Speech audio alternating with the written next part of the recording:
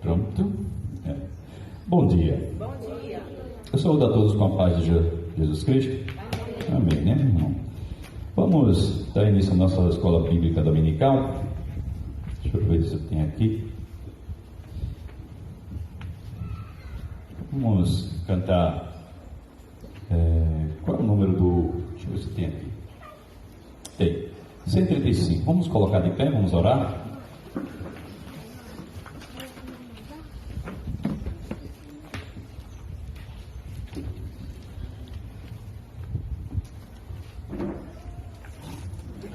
Santo Deus, maravilhoso Pai, nós que estamos aqui na Tua presença, meu Deus, só o Senhor é digno de louvor, honra e glória, e que o Teu Espírito Santo, que habita em nós, venha nos dirigir, venha nos consolar e também nos fazer lembrar da Tua palavra, que venhamos a estudá-la, para que assim possamos crescer em santidade, pois a Tua palavra é que santifica. E em nome de Jesus que oramos, amém. Vamos cantar 135. Pronto. 135. Espera aí, calma. 1, 2, 3, vamos lá? Mas de Cristo eu quero ter, seu ensino receber, ter da sua compaixão e da sua mansidão, mais de Cristo, mais de Cristo, mais do seu puro e santo amor, mais do bondoso Salvador, mais de Cristo eu quero ouvir, nos seus passos prosseguir, sempre perto dele andar, seu amor manifestar, mais de Cristo, mais de Cristo, mais do seu puro e santo amor, mais do bondoso Salvador. Pode sentar. Irmãos, como é de praxe, a gente está fazendo o breve catecismo de Westminster. E eu até estou fazendo um curso oferecido por uma igreja. Aqui, agora eu não posso acessar o meu celular, mas é a Igreja Presbiteriana de. Deixa eu ver se eu lembro o nome da cidade. Alexânia. Acho que é Alexânia. E aí o pastor, quem mandou para mim foi mais Carol. Carol mandou o link do Instagram. Eu até botei lá, mandei para alguns irmãos, que é curso para liderança. E aí, uma das lições é sobre o breve catecismo de Westminster, né, que é sobre a confissão de fé de Westminster e o breve catecismo de Westminster, né, que é um curso até dezembro, né, para quem faz parte da liderança. Então, a gente pergunta na pergunta de número 13, tá? Ali está escrito: conservaram-se nossos primeiros pais no estado em que foram criados? Resposta: nossos primeiros pais, sendo deixados à liberdade da sua própria vontade, caíram do estado em que foram criados, pecando contra Deus. Então, assim, quando se fala muito em livre, cuidado, pessoal. A gente tem que ter uma identidade. A gente tem uma identidade, a gente é presbiteriano. Cuidado para você não vir e não ter pensamentos que não são, vamos dizer assim, reformados e nem presbiterianos. Se você vai conversar com uma pessoa e vem com aquela história e diz: não, porque nós temos o livre-arbítrio, cuidado. O presbiteriano não acredita nisso não, viu? Você não tem esse livre de escolha, não. O ser humano, ele não escolhe, ele está morto. Então não foi você que escolheu, foi Eu sei que teve irmãos que no início teve dificuldade com isso. Hoje está mais fácil de compreender. Hoje aceita por causa dos textos bíblicos. A Bíblia deixa bem claro, tá? Você não vai encontrar a palavra livre dentro da Bíblia, não. Você vai encontrar, na verdade, predestinação, nos escolheu, aquele que o Pai me deu, entendeu? Mortos em pecados e delito. Um morto não faz nada, a não ser que venha algo de fora para ele. Então, assim, hoje você vê que na Bíblia ela tem muito mais, né, para o que nós cremos do que aquilo que as pessoas... É porque o ser humano ele é muito orgulhoso, ele não aceita que um Deus faça tudo.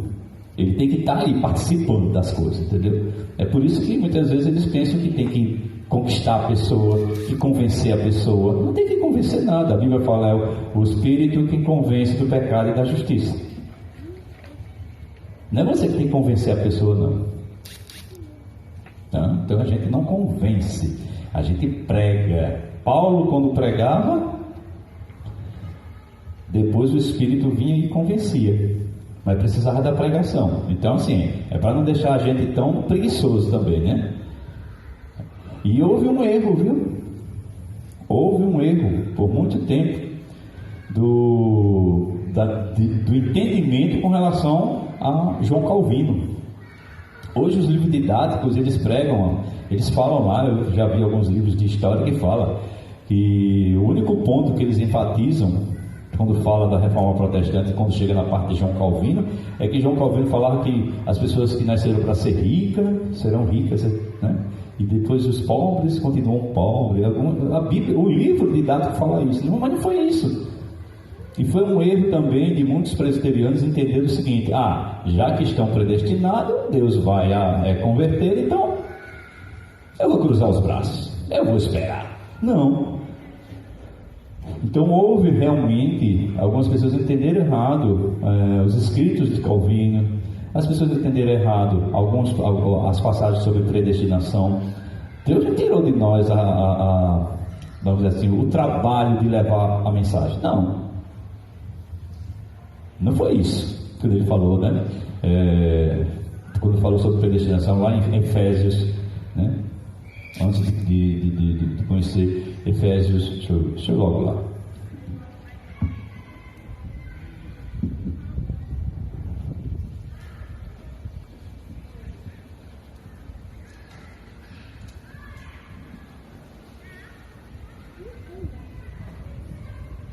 Efésios 2. Ele vos deu vida, estando vós mortos nos vossos delitos e pecados.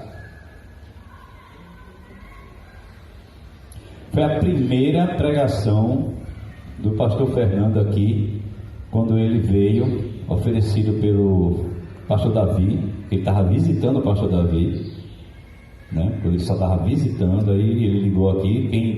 Quem estava aqui eram só os missionários, e ele, o primeiro texto que ele falou foi falando sobre a questão de mortos. E aí ele disse: o que é que um morto faz? Nada. Então, vos deu vida, a vida vem até o corpo, tá? Aí ele fala: nos quais andares outrora, segundo o curso deste mundo, segundo o príncipe da potestade do ar, do espírito que agora atua nos filhos da desobediência, entre os quais também todos nós andávamos outrora, segundo as inclinações da nossa carne, fazendo a vontade da carne e dos pensamentos, e éramos por natureza filhos da ira. Entendeu aí? A gente ia para a ira de Deus, como também os demais. Mas Deus, olha só, mas todavia Deus, sendo rico em misericórdia por causa do grande amor com que nos amou, e estando nós mortos em nossos delitos, nos deu vida. Então foi uma ressurreição, viu? Nos deu vida.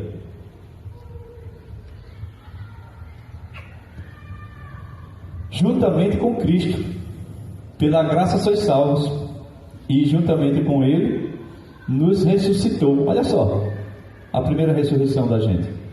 A gente estava morto, ressuscitou e nos fez assentar nos lugares celestiais em Cristo Jesus. Tá? Então, deixa bem claro aqui que...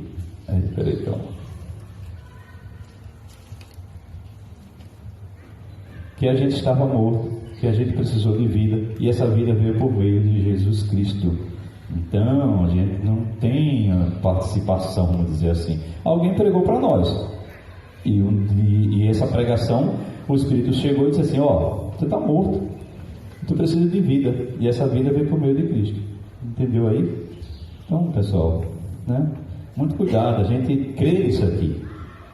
A gente não pode ter um tipo de pensamento, não pode ter uma igreja com pensamento diferente do outro, se na verdade nós temos uma identidade. Isso é importante, a questão da identidade.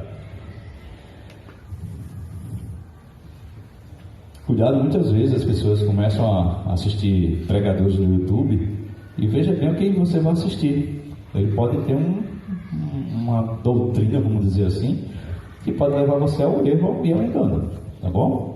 Eu lembro que uma vez eu estava voltando de um certo lugar com um irmão, e aí ele botou lá para ouvir lá no carro uma pregação, e era uma mulher. Nada contra, tem mulheres que pregam muito bem, né? Já fui para congresso que teve missionárias pregando, né? Mas aí teve uma hora que começou a falar umas coisas que eu disse: por que você está ouvindo isso? Ele foi e disse: porque eu achei interessante e assim. E como você chegou a essa pregação? Ele disse: eu botei lá melhores pregações no YouTube. Eu digo: eu não faço não. As maioria das pessoas vão nessas. E aí fica com mais visualização. Por quê? Porque a galera quer massagear o ego. Elas querem, na verdade, esse é o tipo de pregador que eu gosto. Sim, porque na verdade ele não vai falar de pecado, essas coisas. Então eu vou mandar uma lista de uns nomes para você. Então, busca lá, busca Augusto Nicodemos, busca Hernando Dias Lopes, Garofalo, Leandro Lima, e assim vai, pega alguns aí, rapaz. Tem bons demais. Então eu vou mandar para você a lista, tá bom? Paulo Romeiro, muito bom. Paulo Romeiro, ele fala muito sobre a questão de seitas e heresias, né? Tem todos uns estudos sobre o mormonismo, fala sobre adventista, fala tudo isso. Então aí você vai começando, entendeu? Para depois você não cair no erro, no engano. Então cuidado, não pode assim, melhor. E aí melhor às vezes vai estar lá no topo um erro, tá bom? Então vamos lá. Nossos primeiros pais, quem é? Adão e Eva, sendo deixados com o livre-arbítrio, caíram do estado em que foram criados por terem pecado contra nós. Contra Deus, que diga, contra Deus. Olha só, quem teve o livre-arbítrio? Os primeiros pais. A partir daí eles perderam. Tá bom? Beleza. Por quê? Porque entrou o pecado e o pecado matou. Morreu. Tá? Qual era o estado no qual, assim, Gênesis 3, 6, 8, 13, Eclesiastes 7, 29, alguém abre Gênesis, por favor? Gênesis 3, 6, 8. Gênesis 3, 6.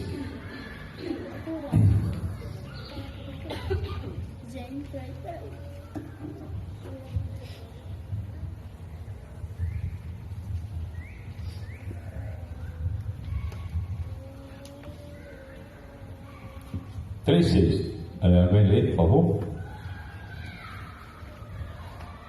Se quiser ler o que está na tela, também, tá? Está todo mundo participando, pode ficar só agora, só o Vando fala, só o Vando fala, só o Vando fala. Vendo a mulher que a árvore era boa para se comer, agradável aos olhos e árvore desejável para dar entendimento, tomou-lhe do fruto e comeu, e deu também ao seu marido, e ele comeu. Pois bem. E o verso 13? Não tem não, mas tem aqui. O verso 13. Disse o Senhor Deus à mulher: que é isso que fizeste? Respondeu a mulher: A serpente me enganou e eu comi. Pois bem, está vendo? O engano. Eclesiastes 7:29.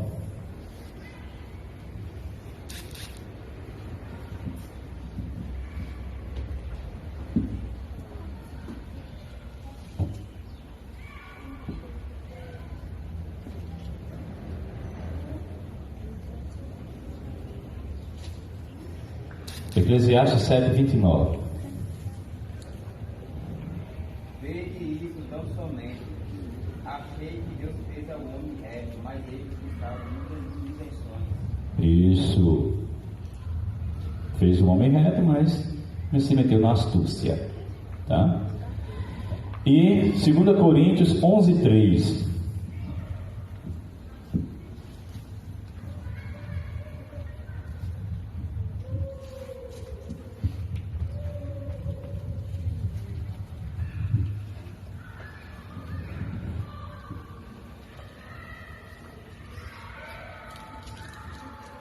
Segunda Coríntios 11:3.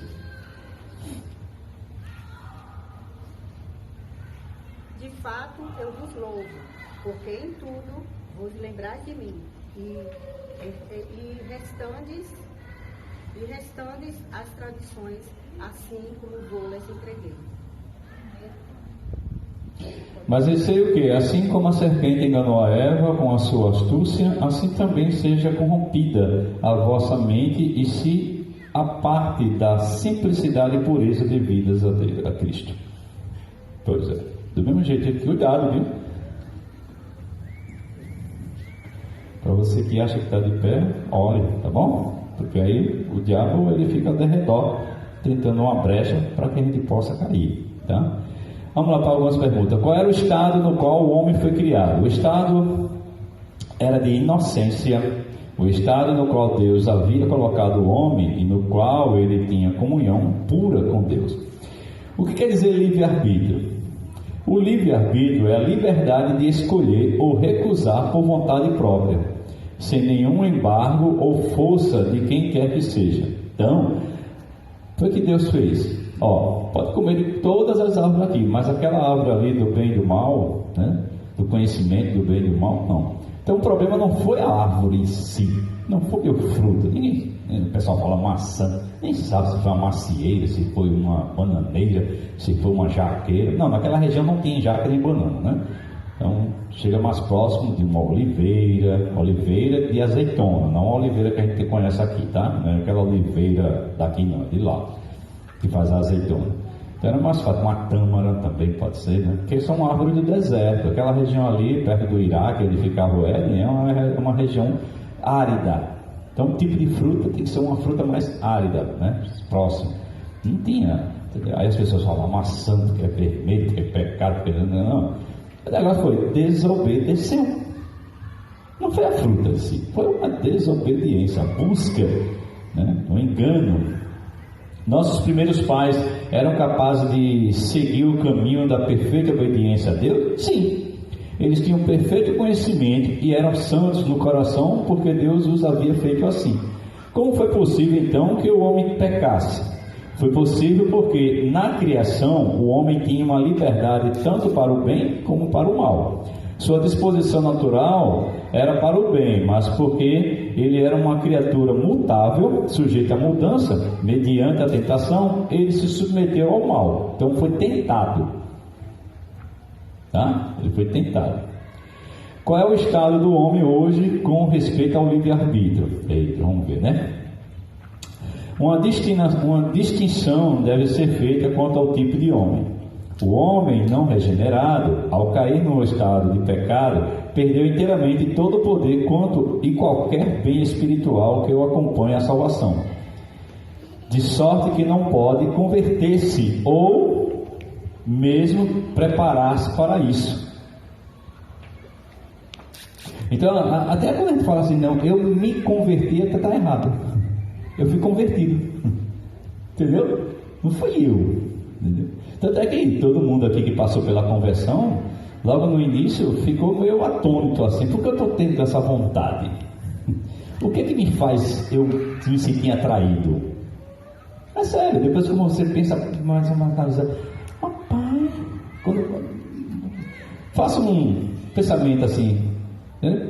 Voltando, né? A sua luta, né? Por que você se sentiu atraído, né? Pelo Evangelho? Como foi? Alguém pregou? Ou foi um folheto? Ou foi um livreto? Ou foi uma pregação? Não sei. Mas algo aconteceu e aí você começou a se sentir atraído. Então ele deixa bem claro aqui, ao cair no estado de pecado, perdeu inteiramente todo o poder quanto e qualquer bem espiritual que o acompanhe à salvação, de sorte que não pode converter-se ou mesmo preparar-se para isso. Confissão de Fé 9.3. O homem regenerado pela graça de Deus tem a liberdade para fazer aquilo que é espiritualmente bom, mas não o faz perfeitamente porque é por vezes inclinado para o mal. Romanos 7:15, 19, 21. Entendeu aí? De vez em quando a gente se é inclinado, sim, filho. Tá? Às vezes a gente esquece totalmente o 70 vezes 7. Já começa a botar o orgulho no meio do coração, começa a fofar a terra, começa a aspirar raízes. Cuidado. Então, Romanos 7:15, 19 e 21 deixa bem claro sobre isso, tá? Porque é por vezes inclinado para o mal. Quem foi o responsável pelo primeiro pecado? O ser humano foi responsável porque cedeu livremente à tentação do diabo. Ele poderia ter dito, não, sai daqui, tá? Quando nossos primeiros pais, de vontade própria, escolheram obedecer a palavra de Satanás em lugar da palavra de Deus, foram culpados de pecar contra Deus. O homem foi testado com o teste da simples obediência, mas o homem foi reprovado no teste. Deve-se reconhecer que Deus não é o causador do pecado. Isso pode ser provado pelo testemunho bíblico. Gênesis 1:31, Salmo 5:7. Gênesis 31, 1:31. Bem no início aqui.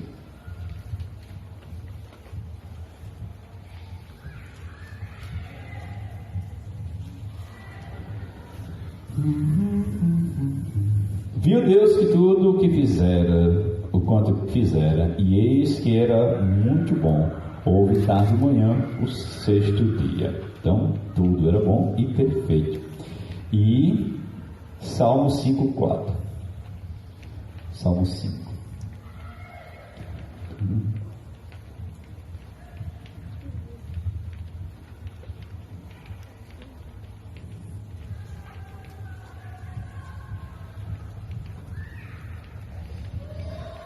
Pois tu não és Deus que se agrade com a iniquidade, e contigo não existe o mal. Também prova-se isso pelos fatos ensinados na Bíblia, que Deus é perfeitamente bom e santo, e que Deus puniu todo o pecado severamente. A queda de Adão é a causa eficiente do pecado original, tanto nele como na sua posteridade, ou seja, chegar até nós, tá? Pecar contra Deus. Um dos maiores perigos que a igreja atual enfrenta é a tendência de dar ênfase ao pecado como sendo contra os homens, em vez do fato de que o pecado é antes de tudo e primeiramente contra Deus. Isso se nota especialmente nas orações de muitos pastores e leigos. Suas orações estão cheias do fato de que os homens pecam contra homens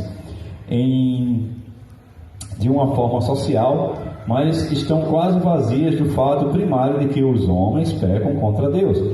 Quem examinar bem a confissão geral episcopal há de notar que a ênfase da confissão é direcionada às ofensas às leis santas de Deus. É verdade que quando nossos primeiros pais pecaram no jardim do Éden, eles certamente pecaram um contra o outro, no fato de que em seu pecado cada um afetou o outro.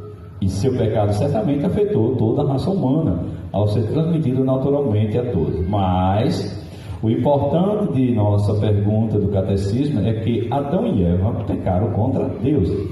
Essa é a mensagem que devemos guardar na mente.